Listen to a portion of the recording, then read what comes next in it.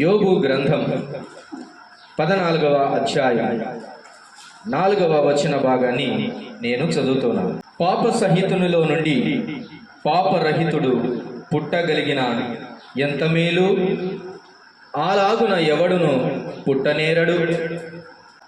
ప్రభునందు ప్రియమైన దేవుని వారలారా, ఈరోజు మన పాఠ అంశము ఏమనగా, పాప సహితునిలో నుండి పాపరహితుడు పుట్టగలడా.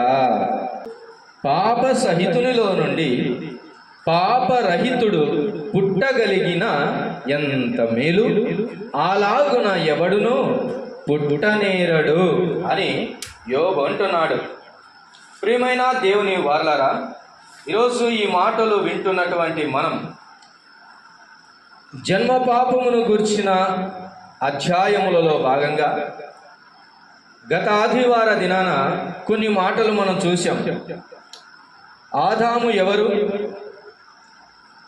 మానవునికి మరణం ఎలాగూ వచ్చింది, పాపము లోకములోనికి ఎలాగూ ప్రవేశించింది అని చూసాం.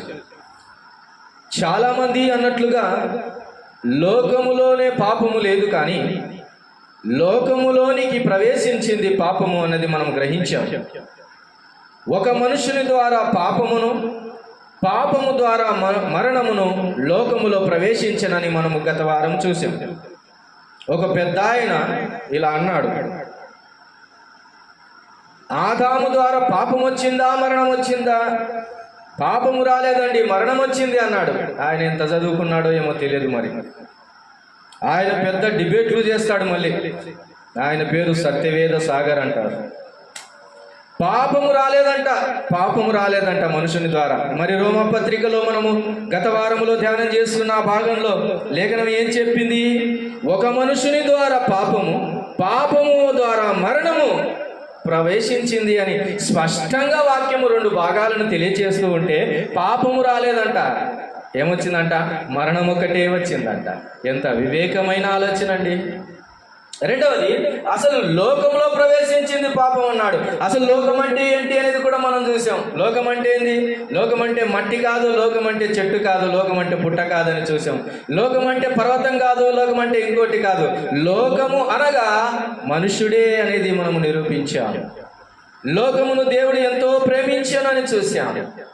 లోకములో ఉన్నదంతయు శరీరాశ, నేత్రాశ, జీవపుటంబం అని చూసాం. ఆ శరీరాశ లోకం అని అంటున్నాడు, లోకంలో ఉన్నది అంటున్నాడు. మరి లోకం అంటే ఏంటండి? మానవుడే లోకములోనికి ప్రవేశించిందంటే ఒక మానవు నుండి అనేకులలోనికి పాపము ప్రవేశించింది అనేది మనం చూసాం. లోకం అంటే ఏమిటి అన్న సంగతులు అనేకం మనం చూసాం. అందుకని లోకమును పరిశుద్ధాత్మ దేవుడు ఒప్పుకొనజేయును అని అంటే, లోకమును ఒప్పుకొనజేయనంటే దాని అర్థం ఏంటి? మనుషుణ్ణి ఒప్పుకునేటట్లు చేస్తాడని దాని అర్థం కాదా? కాబట్టి లోకములోనికి పాపము ఎలాగ ప్రవేశించిందని చూసాం. ఒక మనుషుని ద్వారా ఇలాగ ప్రవేశించిందని చూసాం. ఆ మనుష్యుడైన ఆదాములో నుంచి పాపమే కాదు మరణం వచ్చింది, మరణమే కాదు శిక్షావిధికి కారణమైంది, శిక్షావిధే కాదు తీర్పునకు కూడా కారణమైందనే సంగతులు మనం చూసాం. ఆ ఆదాము వలననే మనము దేవ పోలికను పోగొట్టుకొని ఇప్పుడు మనుషుని పోలిక అని మనము చేయబడ్డామండి. అందుకని యేసుక్రీస్తు వారు మనుషుని పోలికగా పుట్టి అన్నాడే కానీ దేవుని పోలికగా పుట్టి అని అనలేదండి. అందుకని మానవుని పోలిక కూడా చెడిపోయింది ఒక మనుషుని ద్వారానే అనే సంగతులు మనం చూసాం. ఇలాంటి సంగతులు చూస్తున్న ఈ క్రమంలో జన్మతః మానవుడు పాప స్వభావము కలిగిన వాడు కాదని అన్నటువంటి వారు తీసుకున్నటువంటి ఆధారాలలో ఇది ఒకటి మాత్రమే కాకుండా, ఇప్పుడు చదువుకున్నటువంటి యోబు గ్రంథం 14వ అధ్యాయము 4వ వచనంలో కూడా వీరు దీనిని ఏమంటారు అంటే, పాప సహితునిలో నుండి పాపరహితుడు పుట్టగలిగిన ఎంత మేలు, అలాగున ఎవడు పుట్టనేరడు అని యోబు చెప్పిన మాటను వారు కొట్టివేశారండి. ఎలా కొట్టివేశారో తెలుసా? యోబు గారు మాట్లాడిన మాటలన్నీ కూడా జ్ఞానయుక్తమైనవి కాదు. యోబు గారు స్వతహాగా తానే ఒప్పుకున్నాడండి. దేవుని దగ్గర నిలబడి నేను జ్ఞానముగా మాట్లాడలేకపోతిని అని తానే ఒప్పుకున్నాడు, అంగీకరించాడు అన్నటువంటి మాటలు చూపించి యోబు గారు చెప్పినటువంటి మాటలు కరెక్ట్ కాదని ఈ లేఖనాన్ని చూస్తారు. ప్రియులారా, యోబు మాట్లాడిన ప్రతి మాట కరెక్ట్ అని, అనలేము. యోబు మాట్లాడిన ప్రతి మాట జ్ఞానం కాదని కూడా అనలేము. అది గుర్తుపెట్టుకోవాలి. అలాగైతే యోబు 14వ అధ్యాయం 4వ వచనంలో మాట్లాడినది జ్ఞానయుక్తమైనదా కాదా అనేది మనం ఆలోచన చేయాలి. యోబు ఈ మాట అనడానికి కారణం ఏంటండి? ఈ బాధ పడటానికి కారణం ఏంటండి? ఏ మాట అనడానికి? పాప సహితునిలో నుంచి పాపరహితుడు పుట్టగలిగిన ఎంత మేలు, అలాగే ఎవడు పుట్టనేరడు అనడానికి కారణం ఏంటి? యోబు తన పాపముల విషయమై బాధపడుతూ ఉన్నాడు కాబట్టి. ఒక మాట చూడండి, యోబు గ్రంథం 13వ అధ్యాయం 23వ వచనాన్ని మనము జ్ఞాపకం చేస్తున్నాం. 23వ, నా దోషములెన్ని, నా పాపములెన్ని, నా అతిక్రమమును, నా పాపమును నాకు తెలియచేయము. ఏమంటున్నాడు? ఓ ప్రశ్న అడుగుతున్నాడు. నాయనా, నా పాపమేంటి? నా పాపం ఎంత? నా దోషములెన్ని, నా అతిక్రమమును, నా పాపమును నాకు తెలియచేయము. యోబు గారిని గురించి దేవుడు చెప్పిన మాట ఏంటండి? ఏ మాట చెప్పాడు? యోబు గ్రంథం 1వ అధ్యాయం. యోబు గారిని గురించి దేవుడు ఏమన్నాడు చూడండి. ఊజు దేశమందు యోబు అను ఒక మనుష్యుడు ఉండెను. అతడు యథార్థ వర్తనుడును న్యాయవంతుడునై దేవుని యందు భయభక్తులు కలిగి చెడుతనమును విసర్జించిన వాడాయను. చెడుతనమును విసర్జించిన వాడు, దేవుని యందు భయభక్తులు గలవాడు, న్యాయవంతుడు, యథార్థవంతుడు అని దేవుని వలన సాక్ష్యం పొందిన యోబు తన బాల్యకాలపు పాపములను జ్ఞాపకం చేసుకొంచు ఉన్నాడు. నా పాపములను, నా దోషములెన్ని, నా అతిక్రమములెన్ని నాకు తెలియచేయి నాయనా అని అంటున్నాడు. నాకు తెలియచేయవా అని అంటున్నాడు. చూడండి, యోబు గారు ఎన్ని అడుగుతున్నాడు చూడండి. 26వ వచనాన్ని చూడండి ఒకసారి. నీవు నాకు కఠినమైన శిక్ష విధించి ఉన్నావు, నా బాల్యకాలపు పాపములను నాకు స్వాస్థ్యముగా నీవు విధించి ఉన్నావని యోబు జ్ఞాపకం చేసుకుంటున్నాడు. యోబు అనుకుంటున్నాడు, నా బాల్యకాలపు పాపములను నాకు స్వాస్థ్యముగా విధించి ఉన్నావు. యోబు ఆ పాపములను, ఆ దోషములను తాను జ్ఞాపకం చేసుకుంటూ, అయ్యా, నేను నీతిగా బ్రతకడానికి నేనేమన్నా పాపరహితునిగా పుట్టానా అని బాధపడుతున్నాడండి. నేనేమన్నా పాపరహితునిగా పుట్టానా? కాదే, నేను కూడా పాప సహితునిగానే పుట్టానే. నా దోషములు నీకు తెలిసి ఉన్నవి, నా పాపములు, నా అతిక్రమములు నీకు తెలిసి ఉన్నవి, నా బాల్యకాలపు పాపములు నాకు స్వాస్థ్యముగా విధించి ఉన్నావు, నాకు అర్థమవుతుంది అని అంటున్నాడు. 14వ అధ్యాయము 16వ వచనాన్ని మనం జ్ఞాపకం చేస్తున్నాం. చూడు ఇంకేమంటున్నాడు. అయితే ఇప్పుడు నీవు నా అడుగుజాడలను లెక్క పెట్టుచున్నావు, నా పాపమును సహింపలేకయున్నావు, నా అతిక్రమము సంచిలో ముద్రింపబడి ఉన్నది, నేను చేసిన దోషమును భద్రముగా ఉంచి ఉన్నావు. ఏమండి, యోబు గారు తన పాపం విషయమై తన పాపములను జ్ఞాపకం చేసుకుని, ఒకవేళ నాకు కలిగిన ఈ శిక్ష నా పాపముల వలననే కలిగిందేమో అని తాను బాధపడుతూ అంటున్నాడు. అయ్యా, ఒకవేళ నువ్వు పాపములను జ్ఞాపకం చేసుకుంటే, నీవు దోషములను జ్ఞాపకం చేసుకుంటే, నీవు నా అతిక్రమములను జ్ఞాపకం చేసుకుంటే, నా దోషములన్నిటినీ నువ్వు భద్రంగా ఉంచినట్లయితే, నా అతిక్రమములు సంచిలో ముద్రించినట్లయితే, ఓ నాయన, ఓ తండ్రి, ఓ దేవా, పాప సహితుల నుంచి పాపరహితుడు పుట్టగలడా నాయన? నేనైనా నువ్వు పాప సహితునిగా పుట్టిన వాడనే కదా, నేను ఎలాగూ నీతిమంతునిగా ఉండగలనని నువ్వు అనుకొనుచున్నావు. నీ కృపయే కదా కారణము, నువ్వు లేకపోతే నేను జీవించగలను. అతడు దేవుని యందు భయభక్తులు కలిగి ఉన్నప్పుడు పాపమును విసర్జించిన వాడిగా కనబడుతున్నాడు. కాబట్టి ప్రియమైన దేవుని వారలారా, యోబు అన్న ఈ మాట, ఏ మాట? పాప సహితునిలో నుంచి పాపరహితుడు పుట్టగలిగిన ఎంత మేలు, అలాగు ఎవడును పుట్టనేరడు అని అన్నాడు. ఎవడును పుట్టనేరడు. అవునండి, అలాగూ ఎవరు పుట్టలేరు. అలాగున ఎలాగున? పాప సహితునిలో నుంచి పాపరహితుడు ఎవడు పుట్టనేరడు అనేది గుర్తుపెట్టుకోవాలి. ఇంతకు పాప సహితుడు అంటే ఏంటి? అనగా పాపము గలవాడు సంపూర్ణంగా అని, సంపూర్ణంగా పాపము గలవాడని పాప సహితుడు అని. మరి పాపరహితుడు అంటే ఎవరు? పాపము రవ్వంతైనా లేనివాడు అని అర్థం. ఎవరు? పాపము రవ్వంతైనా లేనివాడు అని అర్థం. పాప సహితునిలో నుంచి పాపరహితుడు పుట్టగలడా? పుట్టలేడు అన్నటువంటిది యోబు అంటున్నటువంటి మాట. అవునండి. అలాగైతే చాలామంది అనేటువంటి మాటను మనము జ్ఞాపకం చేసుకుంటే అలా కాదండి. యోబు గారు అన్నటువంటి మాట తప్పండి. యోబు గారు జ్ఞానం లేకుండా మాట్లాడాడండి. యోబు గారు మాట్లాడిన ఆ మాట జ్ఞానమైనది కాదండి అనే వారు చెప్పే మాట ఏంటంటే, పాప సహితుడైన మానవునిలో నుంచి పాపరహితుడైన యేసుక్రీస్తు పుట్టాడండి. కాబట్టి ఈ స్టేట్మెంట్ తప్పండి.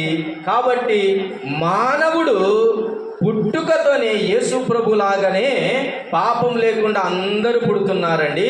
మధ్యలోనే మానవుడు పాపం చేస్తున్నాడు అని అంటున్నారు.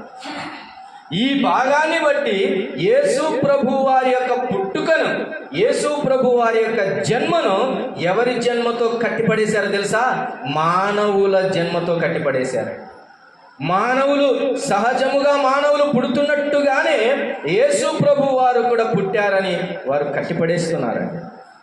అంతగా కట్టిపడేయడానికి అంత సులువుగా కనబడుతున్నాడా యేసుక్రీస్తు వారు? అంత సులువుగా కనబడిందా యేసు ప్రభు వారి యొక్క పుట్టుక? అంత ప్రత్యేకమైనది ఏమాత్రం కాదంటారా అన్నది నా ప్రశ్న. జన్మ పాపం అంటే జన్మనే పాపమని కాదు, నా బతికే పాపమని, ఈ జన్మనే పాపమని అనుకోవాల్సిన అవసరం లేదు. ఇది జన్మ పాపమైతే దేవుడు ఈ జన్మను ఆపేసేవాడు కాదు. జన్మతః మానవుడు పాప స్వభావముతో పుట్టుచున్నాడన్నది జన్మ పాపము గూర్చి వాదించే వారి వాదనలో ఉన్న అంతరార్థం. అది అర్థం చేసుకోవాలి. జన్మతః మానవుడు పాపముతోనే, పాప స్వభావముతోనే పుడుతున్నాడన్నది మనము అర్థం చేసుకోవాలి. అందుకనే గత వారములు మనం చూసాం, ఆదాములో నుంచి వచ్చిన వాడు ఆదాము వంటి స్వభావం కలిగిన వాడే పుడతాడు, కానీ మరొక స్వభావం కలిగిన వాడిగా పుట్టలేడు అన్నది దేవుని వాక్యం మనం గుర్తుపెట్టుకోవాలి. వాదన ఏంటిది? కాదండి, పాప సహితునిలో నుంచి పాపరహితుడైన యేసు ప్రభు వారు పుట్టారు. యేసు ప్రభు వారు పుట్టినట్టుగానే చిన్న పిల్లలు, ప్రతి పిల్లలు భూమి మీద పుట్టినప్పుడు మానవుడు మరి యేసు ప్రభు వారి లాగానే నీతిమంతునిగానే పుడుతున్నాడు అన్నది వారి వాదన. కానీ కాదు, అలాగూ కాదు. మానవుడు పాప స్వభావం కలిగిన వాడై పుడుతున్నాడనేది మన లేఖనానుసారమైన ఆధారమై ఉన్నది అని మనము జ్ఞాపకం చేసుకోవాలి. వారికి ఆధారమును కొన్నిటిని జ్ఞాపకం చేసుకుంటూ మనము ముందుకు వెళ్దాం. రోమాపత్రిక 1వ అధ్యాయము 7వ వచన భాగాన్ని చదువుకుందాం. రోమాపత్రిక 1వ అధ్యాయము 7వ వచనాన్ని మనం చదువుకుందాం. 7వ వచనంలో మధ్య భాగంలో రాయబడిన మాట దగ్గర మనము ప్రారంభించుకుందాం. దేవుడు తన కుమారుడును మన ప్రభువైన యేసుక్రీస్తు విషయమైన ఆ సువార్తను పరిశుద్ధ లేఖనములయందు తన ప్రవక్తల ద్వారా ముందు వాగ్దానము చేశాను. ఆ తర్వాత మాటను జ్ఞాపకం చేసుకోండి. యేసుక్రీస్తు శరీరమును బట్టి దావీదు సంతానముగాను, మృతులలో నుండి పునరుత్థానుడైనందున పరిశుద్ధమైన ఆత్మను బట్టి దేవుని కుమారుడిగాను ప్రభావముతో నిరూపింపబడెను అని చూస్తూ ఉన్నాం. ప్రియమైన దేవుని వాళ్ళారా, ఆయన పుట్టుకను కూడా సాధారణ మానవుని పుట్టుకగా చేయటానికి గల ఆధారం ఏమిటంటే, యేసు ప్రభు వారు ఎవరి సంతానంగా పుట్టాడని అంటున్నారు? దావీదు సంతానముగా పుట్టాడు. ఇప్పుడు దావీదు ఎవరండి అంటారు. దావీదు ఎవరు? పాప సహితుడా, పాపరహితుడా? పాప సహితుడే, అనగా పాపము కలవాడే. కాబట్టి పాపము కలిగినటువంటి ఆ దావీదులో నుండి ఇప్పుడు ఎవరు పుట్టారంట? యేసు ప్రభు వారు పుట్టారు. గనక యేసు ప్రభు వారు పాపం లేకుండా పుట్టాడు, పాపం లేకుండా జీవించాడు, పాపం లేకుండానే ఆయన మరణించాడు. కాబట్టి యోబు గారు చెప్పిన ఆ మాట సాధ్యమైనది కాదు, అది సాధ్యమైనదే. యేసు ప్రభు వారు దావీదు సంతానములో పుట్టాడు అని అంటారు. ఇంకొక మాట, అపోస్తుల కార్యముల గ్రంథం 2వ అధ్యాయం 29వ వచన భాగాన్ని చదువుకున్నాం. అపోస్తుల కార్యముల గ్రంథం 2వ అధ్యాయం 29-30 వచనాలు చదువుకున్నాం. సహోదరులారా, మూల పురుషుడగు దావీదును గురించి మీతో నేను ధారాళముగా మాట్లాడవచ్చును. అతడు చనిపోయి సమాధి చేయబడెను. అతని సమాధి నేటి వరకు మన మధ్యనున్నది. అతడు ప్రవక్త ఏమి ఉండెను గనక అతని గర్భఫలములో నుండి అతని సింహాసనము మీద ఒకని కూర్చొండబెట్టును అని దేవుడు తనతో ప్రమాణపూర్వకంగా ఒట్టు పెట్టుకొనిన సంగతి అతడెరిగి క్రీస్తు పాతాళంలో విడబడలేదనియు ఆయన శరీరము కులిపోలేదనియు దావీదు ముందుగా తెలుసుకొని ఆయన పునరుద్ధానమును గురించి చెప్పారు.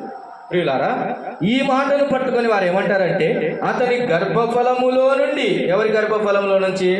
దావీదు గర్భఫలములో నుంచి ఒకని సింహాసనం మీద కూర్చోబెట్టుదును అని అంటే యేసు ప్రభువు వారే ఆ దావీదు గర్భఫలములో నుంచి వచ్చిన వాడు అంటారు. ఈ మాట కరెక్టే. దావీదు సంతానముగా పుట్టాడు యేసుక్రీస్తు అన్నమాట కరెక్టే.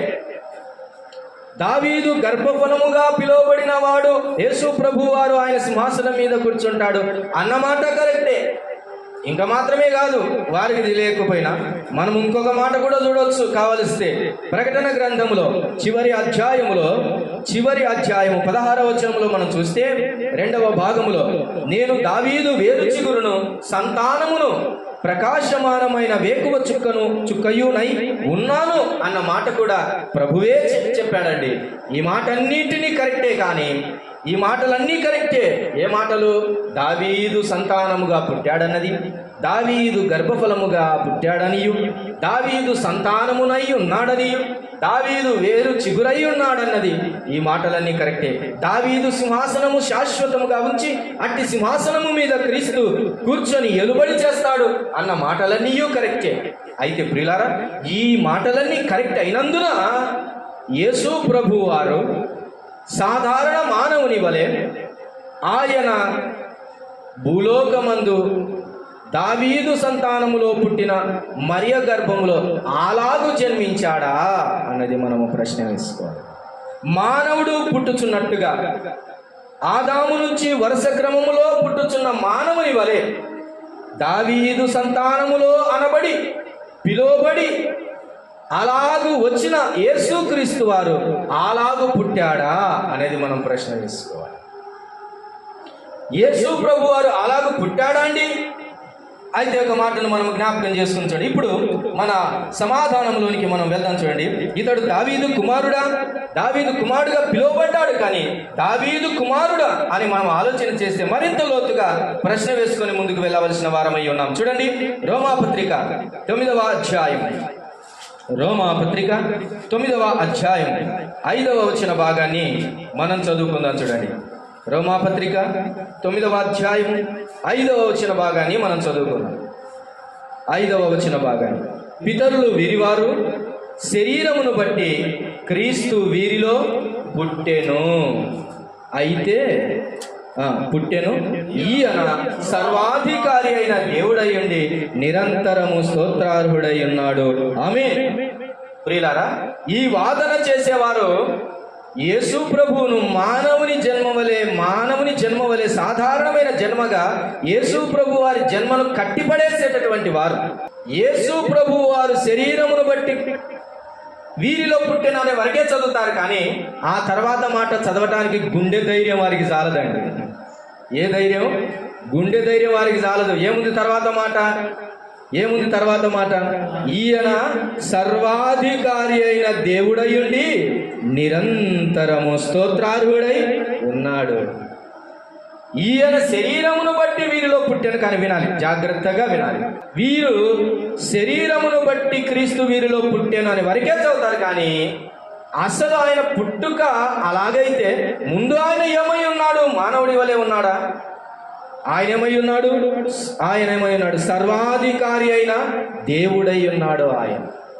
ఆయన సర్వాధికారి అయిన దేవుడై ఉండి శరీరమును బట్టి మాత్రమే వీరిలో పుట్టెను అనే మాట మనం అర్థం చేసుకోవాలి. అంతేగాని దావీదు సంతానం అని పిలువబడినంత మాత్రాన సర్వమానవాలు లేకపోతే సాధారణ మానవుడు ఆదాము మొదలుకొని పుడుతున్న వాని వలె యేసు పుట్టాడు అన్న మాట నీకు అర్థం కాలేదని అర్థం. అలాగే పుడితే అందరి వలనే యేసుక్రీస్తు వారు కూడా ఉండవలసి ఉన్నది. కానీ ఆయన ప్రత్యేకంగా ఎందుకు బ్రతికాడు మనం ఆలోచించాలి. కొంతమందికి అర్థం కాక మరలా రిపీట్ చేస్తున్నారు, ఇంతకీన ఎవరు అని. మత్తయి సువార్త 12వ అధ్యాయము 23వ వచనాన్ని చదువుకుందాం. అందుకు ప్రజలందరూ విస్మయముంది, ఈయన దావీదు కుమారుడు కాడా అని చెప్పుకొనుచుండిరి. వారికి డౌట్ వచ్చిందండి. ఆయన చేస్తున్న కార్యాలు, ఆయన చేస్తున్న గంభీరమైన కార్యాలు, ఆయన చేస్తున్న అద్భుతమైన కార్యాలు, ఆయన అధికారంతో ప్రకటిస్తున్న విధానం, ఆయన దయ్యములను వెలగొట్టుచున్న ప్రభావము, ఆయన అధికారంతో ప్రకటిస్తున్న విధానం అన్నింటినీ చూసి వారేమయ్యారంట? విస్మయముందిరి. అరే ఈయనను మనమేమనుకున్నాం? దావీదు కుమారుడు అనుకున్నాం కదా. దావీదు కుమారుడు అయినటువంటి సొలొమోను ఉన్నాడు, దావీదు కుమారులు అనేకులు ఉన్నారు, అలాగున ఈయన కూడా బతుకుతాడు అనుకున్నాం. కానీ ఈయన వేరేగా కనబడుతున్నాడే అని డౌట్ వచ్చి కొంత ప్రశ్న వేసుకుంటున్నారు. ఏమని?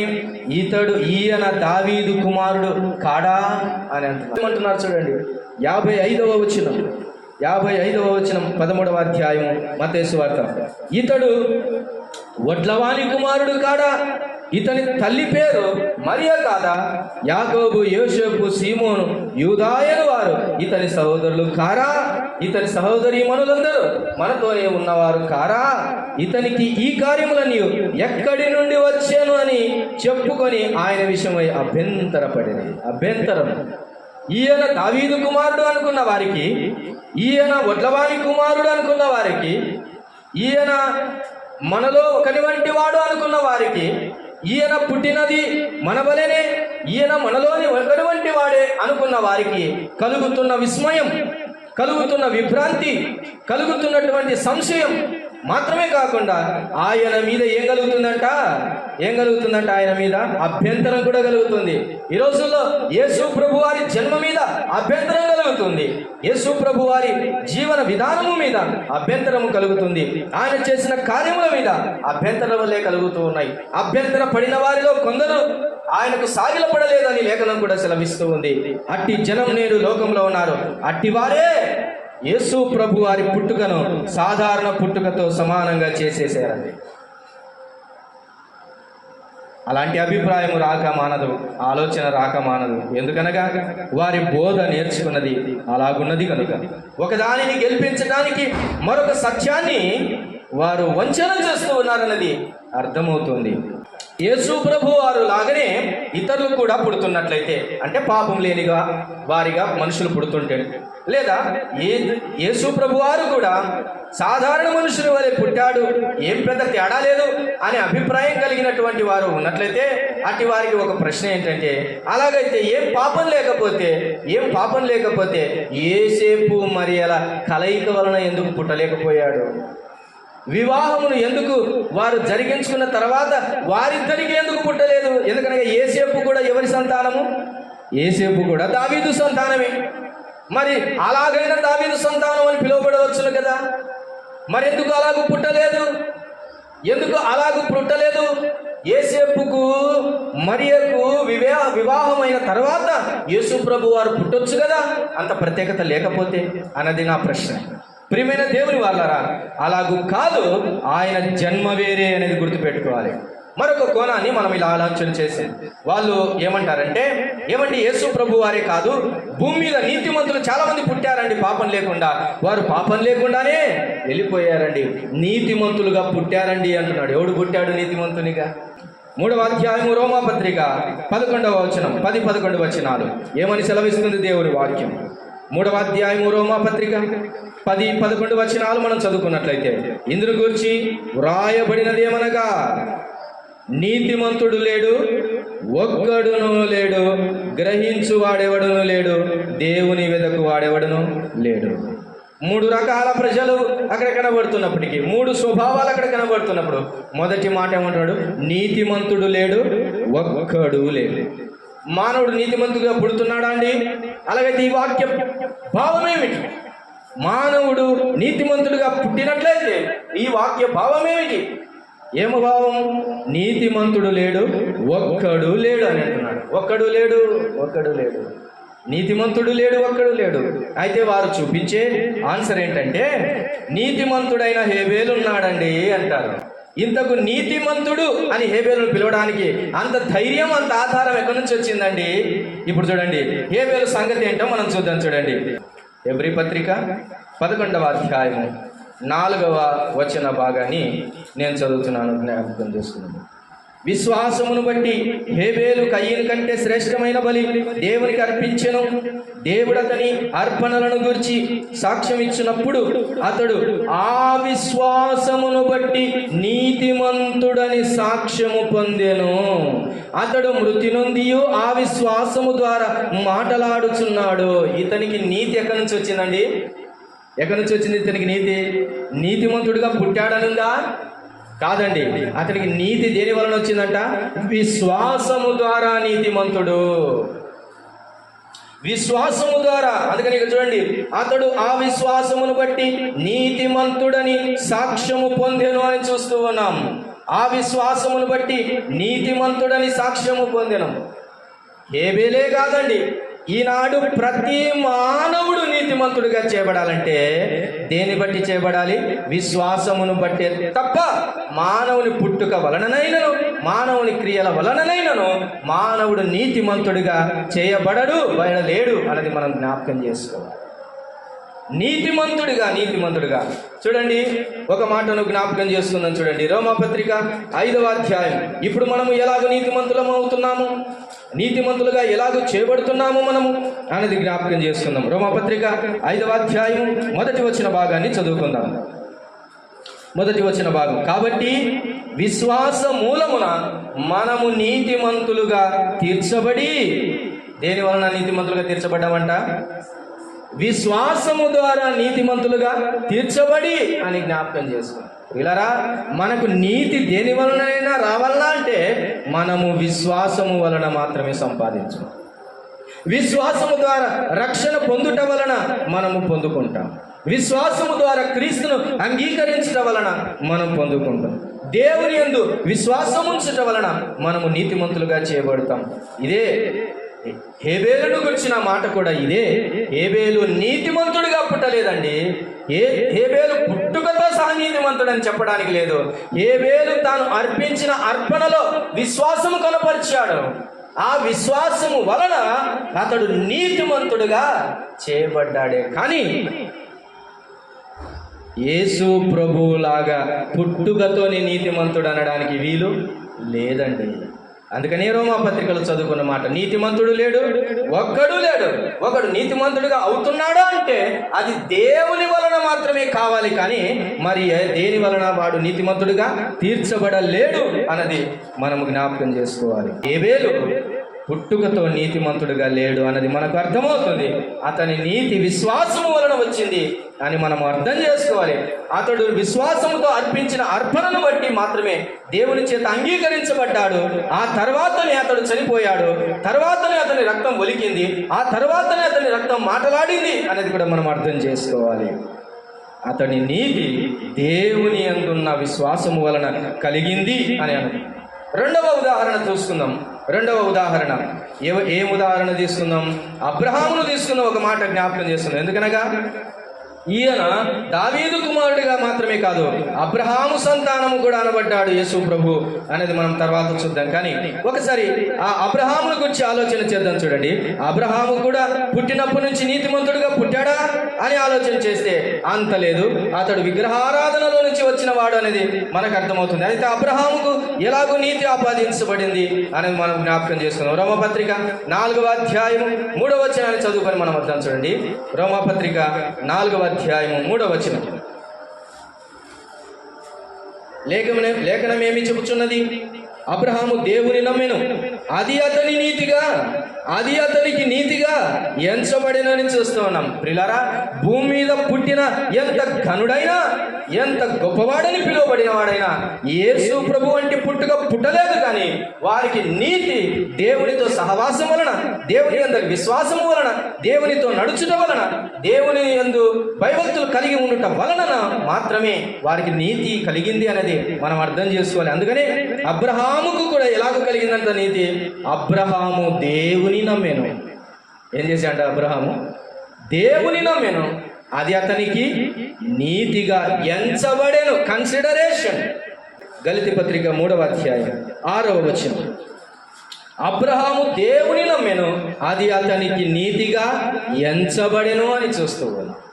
అది అతనికి నీతిగా ఎంచబడెను అంటున్నాం. 8వ వచనం చూడండి. దేవుడు విశ్వాస మూలముగా అన్యజనులను నీతిమంతులుగా తీర్చునని లేఖనము ముందుగా చూచి అని చూస్తూ. యాకోబు పత్రిక 2వ అధ్యాయం 23వ వచనం. అబ్రహాము దేవుని నమ్మెను, అది అతనికి నీతిగా ఎంచబడెను అను లేఖనము నెరవేర్చబడెను. అబ్రహాము నీతిమంతుడుగా చేయబడ్డాడంటే అతడు దేవుని నమ్ముట వలన వచ్చినది నీతి అని చూస్తున్నాం. కాబట్టి నీతిమంతుడు లేడు, ఒక్కడు లేడు. హేబేలుని గురించి శ్రేష్టంగా బైబిల్ గ్రంథం పలికింది. దావీదు కంటే శ్రేష్టమైనటువంటి రక్తముగా పిలువబడింది. అట్టి హేబేలు కూడా జన్మతః అతడు నీతిమంతుడుగా పుట్టినట్టు మనకు లేదు ఆధారం.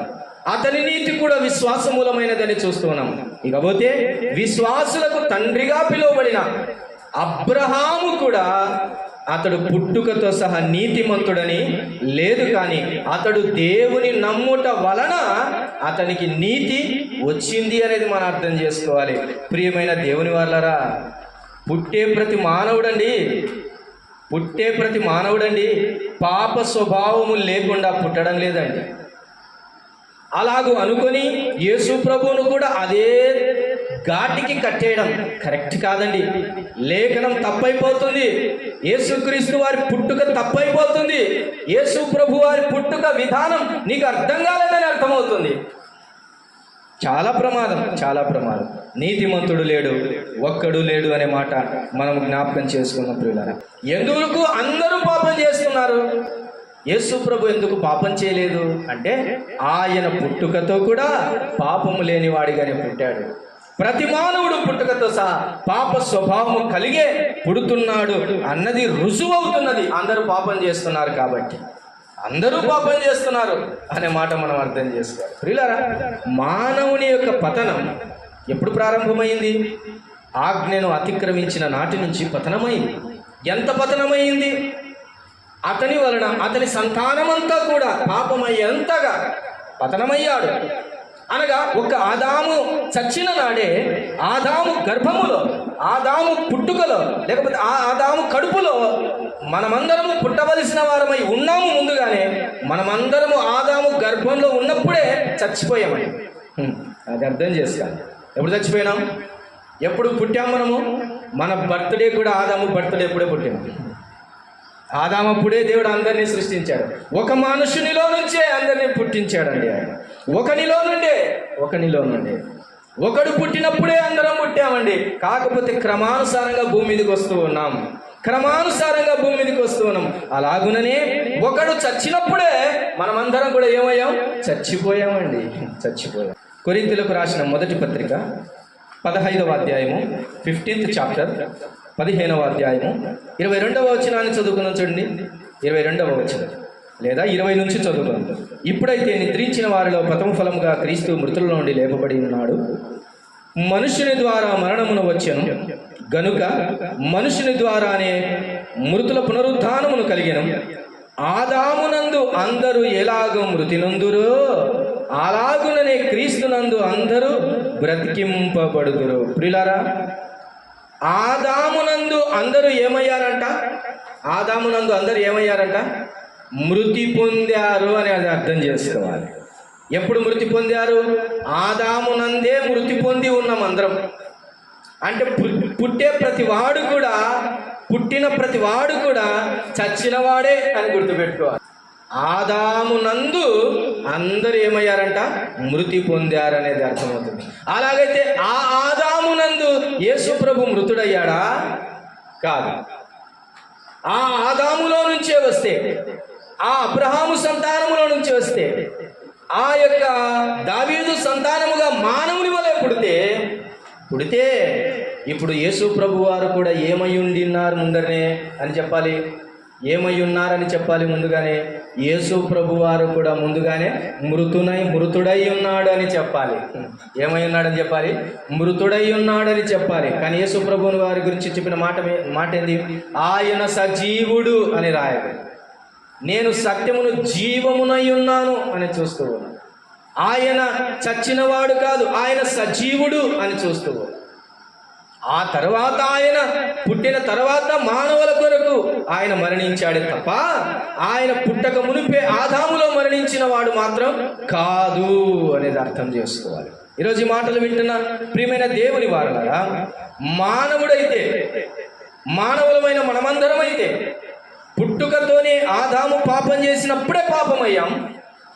ఆదాము పాపం వలన కొని తెచ్చుకున్న చావు ఎలాగైతే ఉందో ఆనాడే మనం చచ్చిన వారమై ఉన్నాం. పుట్టిన ప్రతి మానవుడు కూడా దానికి లోనైనటువంటి వాడు అని గుర్తుపెట్టుకోవాలి ప్రియులారా. మరి చిన్న పిల్లలు ఏం పాపం చేశారండి, వారు పరలోక రాజ్యానికి వెళ్ళరా అన్నది తర్వాత సబ్జెక్ట్, అది మరలా చూద్దాం. అయితే ఈరోజు యేసు ప్రభు వారి పుట్టుక మన పుట్టుక వంటిది కాదు. యేసు పుట్టుకను గురించి రాయబడిన విధానం ఎట్లుందో ఒకసారి చూద్దాం. చూడండి, త్వరగా ఈ మాటలు జ్ఞాపకం చేసుకుందాం. హెబ్రీ పత్రిక 10వ అధ్యాయం 5వ వచనాన్ని చూసుకుందాం.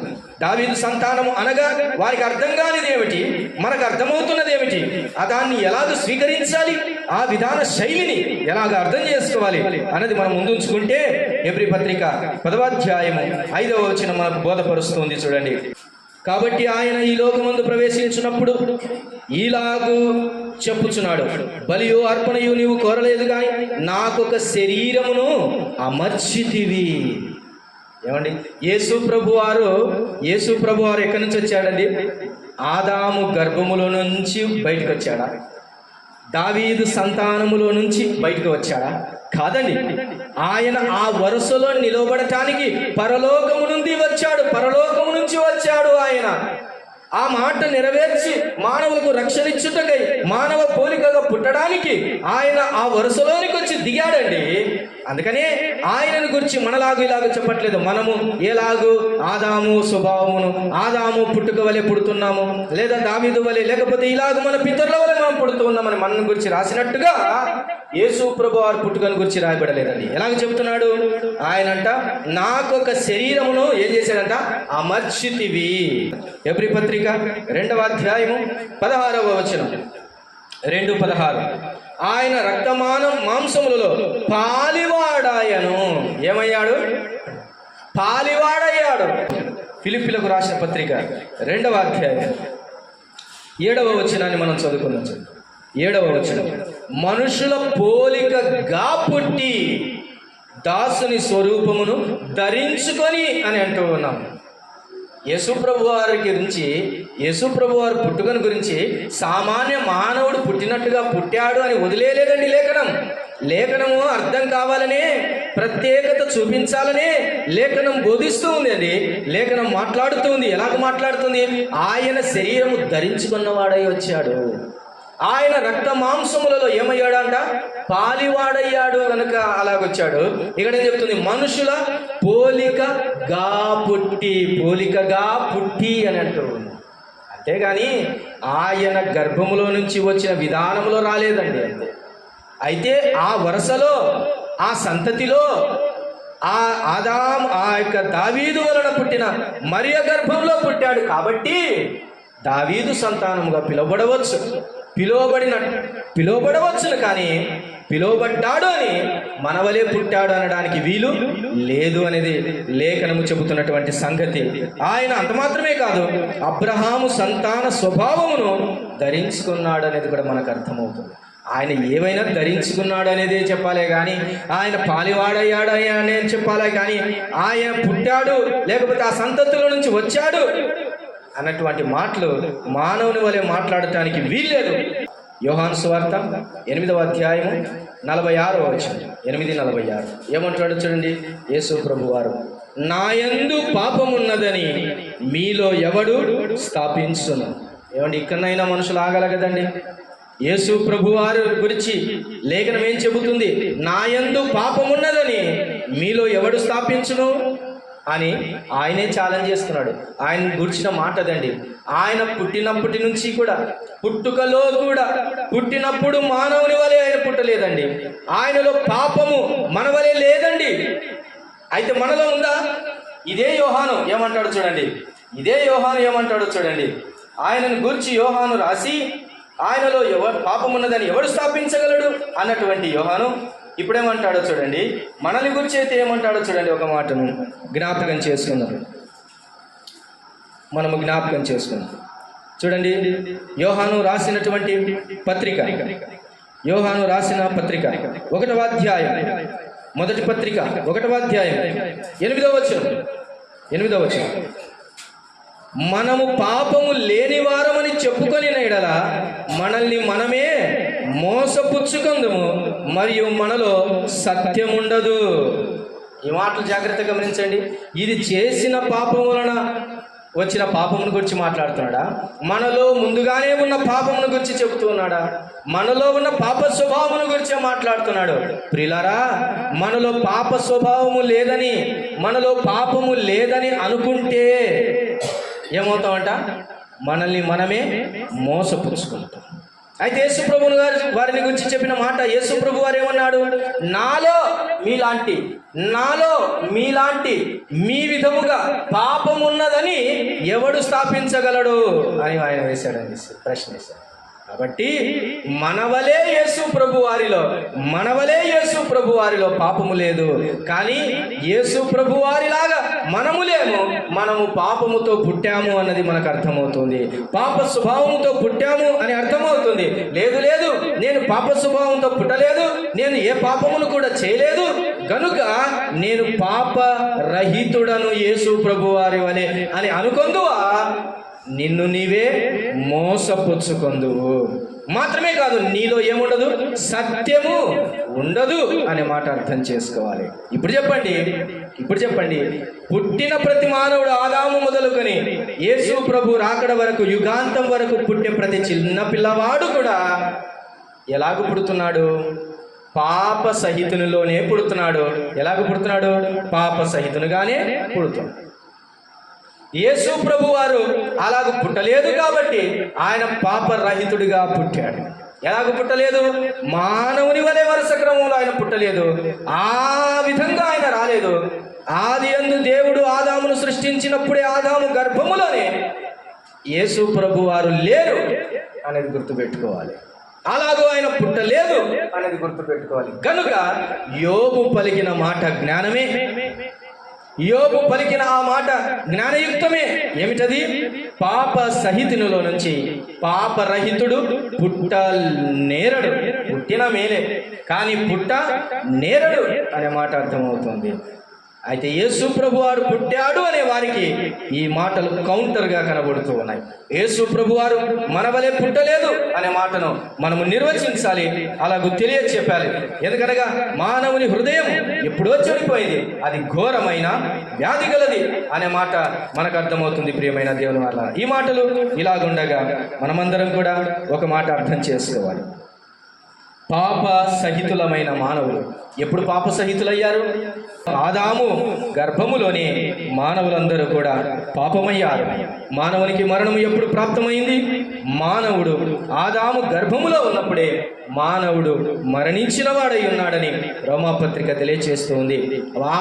ఆయన మృతి నొందినప్పుడే నీవు ఎలాగో నేను చెప్పిన ఆజ్ఞను మితిమీరుతావో, మితిమీరిన నాడే నీవు చచ్చెదవు అన్నట్లుగానే మానవులందరూ కూడా ఆదాములో మృతి నొందిన వారై ఉన్నారనేది మనం అర్థం చేసుకోవాలి.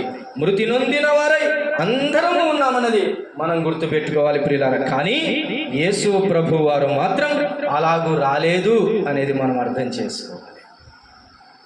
దేవుడు తలుచుకుంటే ఒక మాట, యేసు ప్రభు వారు తలుచుకుంటే ఆయన దావీదు సంతానంలోనే పుడతాడా? అవసరం అనుకుంటే ఏ సంతానంలోనైనా పుట్టగలడు.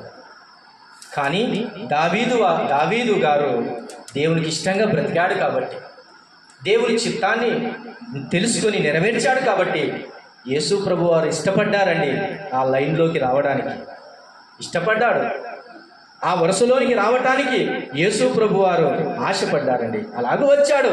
అంతేకాని ఆ దావీదు పుట్టినట్టుగానైనా పుట్టలేదు, అబ్రహాము పుట్టినట్టుగానైనా పుట్టలేదు, లేదా హేబేలు వలె పుట్టలేదు. కానీ యేసు ప్రభు వారు ప్రత్యేకంగా పుట్టాడండి.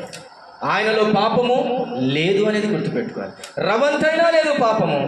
అందుకనే ఆయన రక్తము పవిత్రమైనది, అందుకనే ఆయన శరీరము బలికి యోగ్యమైనది, అందుకనే ఆయన వలన మృతి నొందిన వారు బ్రతుకుచున్నారు, అందుకనే ఆ రక్తంలో పాపక్షమాపణ ఉన్నది, అందుకనే ఆ రక్తము ప్రోక్షింపబడిన రక్తముగా పిలువబడినది, అందుకనే ఆ రక్తము క్రొత్త నిబంధన రక్తము, అందుకనే ఆ రక్తము మధ్యవర్తిత్వము పొందుచున్నది చేసింది, అందుకని ఆ రక్తము దగ్గరికి అంత ప్రత్యేకమైన రక్తం కాబట్టే మనము ఆ రక్తము దగ్గరికి వచ్చి కూడుకొని ఆయనను ఆరాధిస్తూ ఉన్నాం, ఆయనను పూజిస్తూ ఉన్నాం. అలాగూ కాకపోయినడలా మానవులందరూ కూడా నీతిగానే పుట్టినట్లయితే ఏ నీతిమంతుని రక్తమైనా సరిపోయి ఉండేది కదా, యేసు ప్రభు వారి రక్తం ఎందుకు అవసరమైనది అని చాలా మంది అడిగారు. అడగటంలో వారి అంతరార్థము సబబుగానే ఉంది, దీని వలన మనం అర్థం చేసుకోవాలి. కాబట్టి ప్రియమైన దేవుని వారలారా, యోబు గారు పలికిన ఆ మాట, పాప సహితునిలో నుండి పాపరహితుడు పుట్టనేరడు. మనుషులు పుడుతున్నప్పుడే పాప స్వభావంతో పుడుతున్నారు. అయితే తర్వాత ప్రశ్న ఏంటంటే, మరి చిన్నపిల్లలలో పాపముందా? ఆ చిన్నపిల్లలు మరణిస్తే పరలోకానికి వెళ్తారా అన్న ప్రశ్నలకు సమాధానము మనము తర్వాత భాగంలో చూడవచ్చును. ఈ మాటలు దేవుడు మన వినికిడిలో దీవించి ఆశీర్వదించును గాక.